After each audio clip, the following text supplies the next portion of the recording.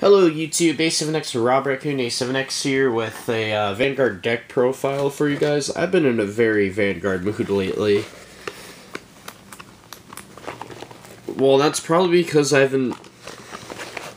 Well, actually, let's see, last Saturday was the first time I went to my locals for a Yu-Gi-Oh! Tournament, and... 2 months, I want to say. Which I know is crazy, but yeah. Believe it or not, it's been that long, and whatchamacallit. I don't know, and it's because of work, and also not a fan of this format, really. Haven't really been a fan of the meta, actually, for the past couple years, but you know. The only problem is just nobody really at my card shop plays Vanguard, which is pretty sad. I think it's a very fun game, and I'm definitely going to do a lot more Vanguard related videos. Like if you, I mean, their official website already does have a tutorial on how to play Vanguard, but it's pretty basic in my opinion. Like, they don't tell you the full thing, so expect those videos to come very soon. And in the meantime, I'll do a deck profile for you guys on my Genesis Artemis deck. Not sure if I actually ever did one on this channel or not, but if I did, it has changed since the last time. If I did not, well, you guys get to see it. But I'm pretty sure I did do one. Anyway, I've been using Genesis Artemis ever since set 10 was fairly new. And if you haven't checked out my set 10 box opening, definitely check it out. That's pretty much why I was able to finish this deck. It was because of those set 10 pulls. So actually, no, I have not played Genesis since they first came out. But anyway, very fun deck. It does a lot of soul charging and blasting. And that's pretty much what the main focus of the deck is. Or concept, I should say, not focus. Anyway, let's get started. Actually, I need to put this in order. Great. What a great way to start off a deck profile, right? I could talk about updates in the meantime. So, and the reason why this is the last time you're going to see this deck is because when Brilliant Strike comes out, which is set 10, or set 14, we're getting a lot more Genesis cards. We're getting the Regalias. Regalia or Regalia, I don't know. I don't care what you call it. I always said Regalia, and then when I saw on the Bushiroad's official, or on the CardFight Vanguard official YouTube page, they pronounced it Regalia for some reason. I know, I guess that's the correct pronunciation. Who knows? But still, I'm iffy about making that deck. I probably will because I don't like Minerva, that's the thing. That's what's keeping me from making the deck. So I'm going to try to find a way to build that deck without using Minerva. I don't know how good Angelica will be then, but it leaves me more options with creativity with the deck, which is something that's always fun to do in any card game. Even if it's not the most competitive deck in the world, it's still pretty fun. And you can get away with it in Vanguard too. More so than in Yu-Gi-Oh! And I don't know about Pokemon. I've never played Pokemon competitively. But I know they have fun decks out there too. Guess I'm not really talking about updates, am I? Whatchamacallit. And then I know in set 14 we're also getting a new type of perfect cards, which are Quintet Walls. I would not recommend running them in a Genesis deck though. Since you do a lot of soul charging and blasting, you need cards in the deck.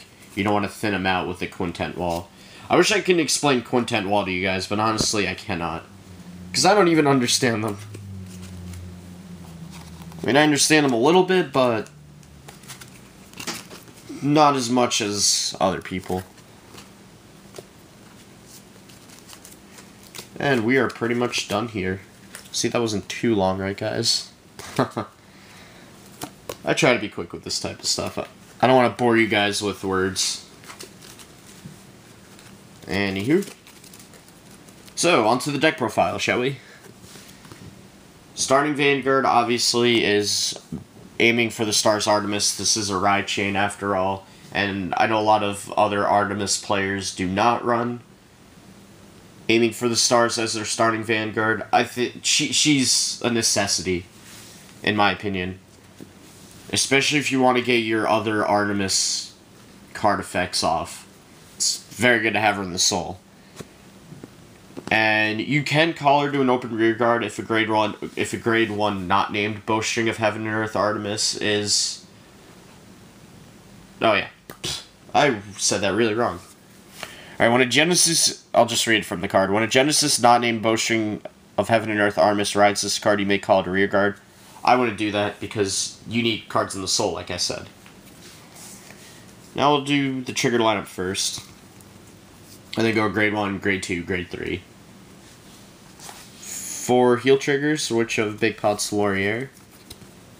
4 Battleman and Crew Kahime. She also has an effect, which is when you call it a rear guard, put her in your soul, choose up to one of your Genesis, that unit gets plus 3,000 until the end of turn. Really don't use that effect because, well, it depends on your hand. If you need units to defend, keep her in your hand. If you need a card in your soul, just call her open rear guard. And either give your Vanguard or one of your rear guards the plus 3,000. It's just, it all depends on the situation on your field. Pretty much. We don't have 3 different critical triggers yet, although in 2 days we are going to have one.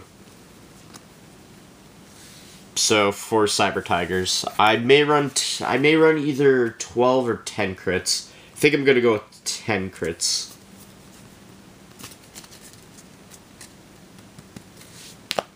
And I don't run draws. I really hate draws. You don't need them in Soul Charge decks. Or decks that Soul Charge, so this deck and Dark Irregulars, which are another Soul Charge and Soul Blast heavy deck.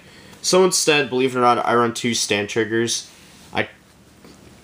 My only sneak peek, which you can tell by the mat, was Mystical Magus, and I put 2 stand triggers, and believe it or not, it helped, and I'm a big fan of them now. I mean, yes, granted, your deck is only 20 cards at sneak, but still, when I checked for the stands, it was awesome. It was fun. And I know Himiko's effect does give your rear guards plus 5,000, but no, you don't have to rely on her effect too much for that. And plus 10k shield is always nice. On to the grade 1s. Obviously, like I said, since this is a ride chain, 4 of the grade 1 Bowstring of Heaven and Earth Artemis. If you have a card name aiming for the stars Artemis in your soul, this unit gets plus 1,000, so she becomes an 8k Vanguard permanently, unless your starter's out of the soul. Well, she's still your Vanguard, which would never happen anyway. And then what's pretty cool is her auto ability, which is when a grade 2 Genesis not named Twilight Hunter Artemis rides this unit. If you have a card name aiming for the stars Artemis in your soul, which is why I like to have her as my starting Vanguard. Look at the top 7 cards from the top of your deck, search for up to 1 card named Twilight Hunter Artemis from among them, and shuffle it into your deck. What I like to do is go into a certain grade. What I like to do is, if I have her in my hand, call Witch of Raven's Chamomile, which we'll talk about later. Ride her, use Artemis's effect to try to find Twilight Hunter. Ride Twilight Hunter on top of Chamomile. I now have Chamomile in the soul for her, for Chamomile's effect, and once again, another card in the soul. I know you don't want to have too many cards in the soul, but if you run Iwanaga Hime in your deck, it's not that big of a deal. And in set 14, if you're going to run Yatagarasu, not a big deal either. And I'm actually a fan of Yatagarasu, so maybe I'll try to do a mix probably of some Regalia cards and other Genesis, but I'm gonna have to ditch the Artemis Rat Chain, sadly. That's okay. I've had loads of fun with this deck anyway, so... You know, I'm okay with moving on. And Nigeria just tied Argentina. I know you can't hear the TV right now, but of course I'm watching the World Cup. How can you not be not watching the World Cup? Unless you're at work.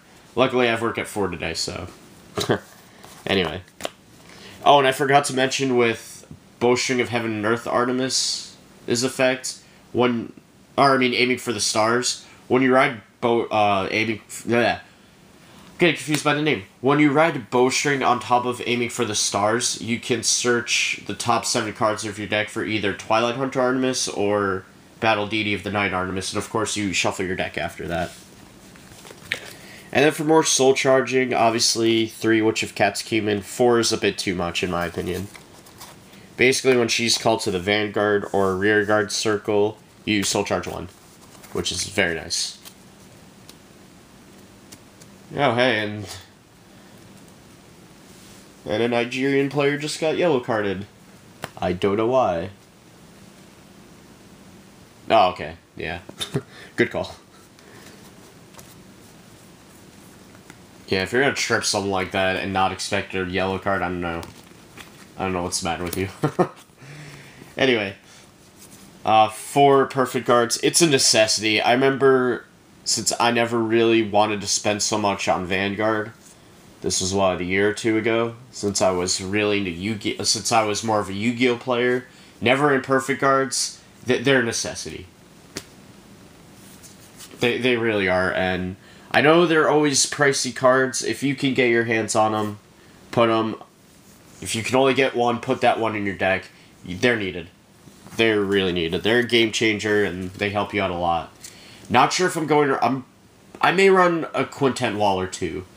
I'm thinking about it. I'll probably playtest one, but it also all depends on what I pull for my set 14 box and sneak peek, if my locals does have a sneak peek, which I'm hoping they do. They had it for Catastrophic Outbreak, and I remember shop owner Mark asked me, oh, do you want any of the new Vanguard set? I'm like, no, there's nothing I really need from the set, because at the time I only wanted to build Battle Sisters. Oh, wow, Argentina just scored. Jeez, how'd that go in? That was like the slowest moving header you will ever see. Anyway, what was I saying? Yeah, I only wanted to build Battle Sisters and finish up this deck at the time. And I think there were actually some Shadow Paladins I needed in that set. I could be wrong. Oh no, that wasn't a header, okay. It was like a header, and then bounced off some guy's shoe, and then it went in. The goalie didn't even know what was going on. That was funny. It looks slow for some reason. I'm sorry, I'm getting off track. But anyway. Plus, I love the artwork on the Quintet wall for Genesis. Anyway, finally, to round up the grade 1s is my favorite card in the deck. Witch of Frogs Melissa. I love it for the artwork and the name. Anywho, this card's awesome. I just wish he was 8K, but that's okay. And another yellow card! Oh, man. Another yellow card for Nigeria. For the same reason. Yeah, don't always slide tackle in soccer, guys. Or football, if that's what you call it. I'm in America, we're stupid. Sorry. Oh, man. Anyway. Right, Melissa's effect. Okay. You counterblast 1, and when she's put into the drop zone from your soul, if you have a Genesis Vanguard, you can counterblast 1, call her to open rear guard. Very nice. A lot of fun plays you can do with her. And the card and then she has a grade 2 counterpart as well, which is Witch of Ravens Chamomile. I always love getting a column with Chamomile and whatchamacallit. And Melissa, very nice. But if you need more support, they're a big help. And since you use Soul Blast a lot, it's not too hard to pull off their effects. And this is not a counterblast heavy deck. So if you want to run other cards that counterblast, like Broomwitch Callaway, you can definitely do that. Some people tech in Callaway. I used to, but now I don't anymore. What her effect is, basically made in a Libra clone. If you're new to the game and don't know who made a Libra is. Basically, it was an Oracle Think Tank card. That her effect was, when this unit attack hits a Vanguard, you may pay the cost, which is Counterblast 2. If you do, draw a card. There are so many cards now that do that effect. And it's just under preference whether or not you want that. I mean, like I said, in a deck that doesn't really counterblast, not a bad option. But I mean, your opponent is most likely going to try to guard that. Most of the time. I used to only run 3 Twilight Hunter Artemis, now I run 4, and it's only for consistency. And she's not a bad grade 2 to call to rear guard, since if you don't run the 10k, you're only... No, never mind. The next one here is 9,000. Okay. Forget what I said. Anyway. If you have Bowstring in your soul, she becomes a permanent 10k.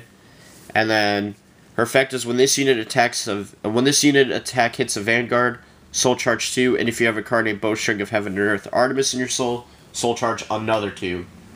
Really awesome. If you can pull off that soul charge for it, it's very nice, and it pretty much, at this point, you should be set up for your late game push with your grade 3s, which is what Artemis Himiko does so well. And then for more soul charging, Battleman and Sahohime, only 2. What's cool about her effect is it's a Vanguard and a rear guard effect. And it's, when this unit attack hits a Vanguard, if you have a Genesis Vanguard, you may pay the cost. If you do, soul charge 3. And it's only counterblast 1. She has a grade 1 counterpart. I wouldn't recommend running that card, though, because it's harder to get her effects. Plus, it's a counterblast 2. Forgot the name of the card, but her effect is when... I don't remember the exact words, but it's when the unit she boosts attack hits the Vanguard, you counterblast 2 and soul charge 3. This card's just so much better. And for those pressure plays, I do run 2 10k vanillas. For you new players out there who don't know what 10k vanilla is, it's basically a grade 2 with 10,000 attack with no ability. There's also grade 1s like this. We call them 8k vanillas.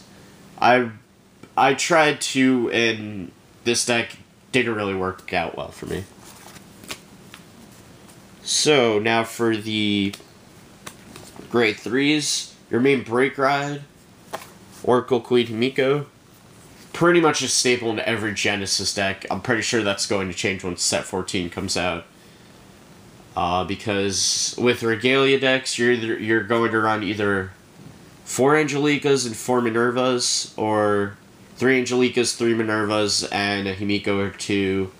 Or you could go with, not sure if you could go with Yatagarasu, or you could go with another Break Ride card that we got in promo pack 10, which I actually do have in this deck now, since I still did not get my 3rd Artemis. I'll talk about that later. It's Himiko's effect. She has a limit break, obviously. And it's when a Genesis rides this unit, choose up to 2 of your Genesis rear guards, and those units get plus 5,000 till end of turn. And choose your Vanguard until end of turn. That unit gets plus 10,000 and auto Vanguard ability. Soul Blast 3, when this unit attacks a Vanguard, you may pay the cost. If you do, draw a card. And then she has another ability, which is when this unit attacks Vanguard, Soul Charge 1, and this unit gets plus 1,000, so she becomes 12,000. And you still have whatever attack left from the unit that's boosting her. So really cool. Really awesome card. And then I have 2 Eternal Goddess Iwanaga Hime. What I love about this card is she has that Vermilion-like effect for her limit break, which is Soul Blast 6. Retire all of your opponent's rear guards in the front row. Then she has a Vanguard ability. Pretty basic one at that. Which is Soul Blast 3. This unit gets plus 3,000 till end of turn, and she has the Lord ability. Just like Himiko, Metis, and I think Fortuna has it too. And basically, your ace of the deck. Sadly never got the 3, even though it's a very cheap card. Which is why this deck is great for budget players. Even Himiko isn't that expensive anymore. And same with Iwanaga Hime. Battle Deity of the Night Artemis. Her limit break, pretty basic. Not a bad one. Still a little basic in my opinion. But Soul Blast 3, when this unit attacks a Vanguard, you may pay the cost. If you do, draw 2 cards, to choose a card from your hand, put it into your soul, and she gets plus 5,000. Then if you have a card named Twilight Hunter Artemis in your soul, she becomes a permanent 11k. I love riding Himiko on top of her because you can easily get her to 30,000 plus. And just really put pressure on your opponent. Love the artwork on the card too. And then finally, I'm trying this out and I really like it actually. Wisdom Keeper Metis. She's the new card from promo or Tournament Pack 10, whatever you want to call it. Usually only get those from tournaments, but I did not upload the video yet, but last Saturday, instead of buying a Legacy, instead of buying a Primal Origins Deluxe Edition, shop was having a sale on Vanguard packs. They were $250 each, so I bought the final 9 packs of Triumphant Return of the King of Knights, and he gave me a free promo pack 10, and I was lucky enough to pull Metis, which is the only card I wanted from that promo pack.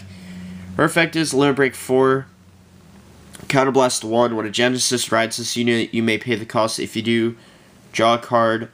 Soul Charge 3, choose your Vanguard, and that unit gets plus 10,000 until end of turn. And then when this unit attacks a Vanguard, Soul Charge 1, and this unit gets plus 1,000. She can actually help with pulling off Minerva's effects, because Minerva's effect you have to ditch. Oh no, never mind. Forget what I said about Minerva.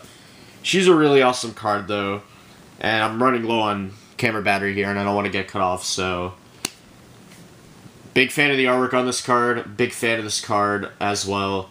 You'll probably see it in my future Genesis decks, but not a bad option. She's just a little pricey right now, though.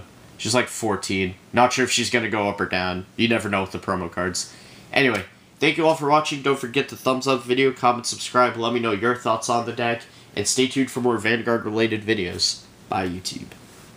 Sorry I talked a lot in this video, but hey. Was trying to go in depth with this, didn't really happen, and next time I'll be prepared for a deck profile. Anyway, I still need to talk more updates, so expect another update video, which I know you guys hate, but hey, it's important. Enjoy the World Cup, guys. Bye, YouTube.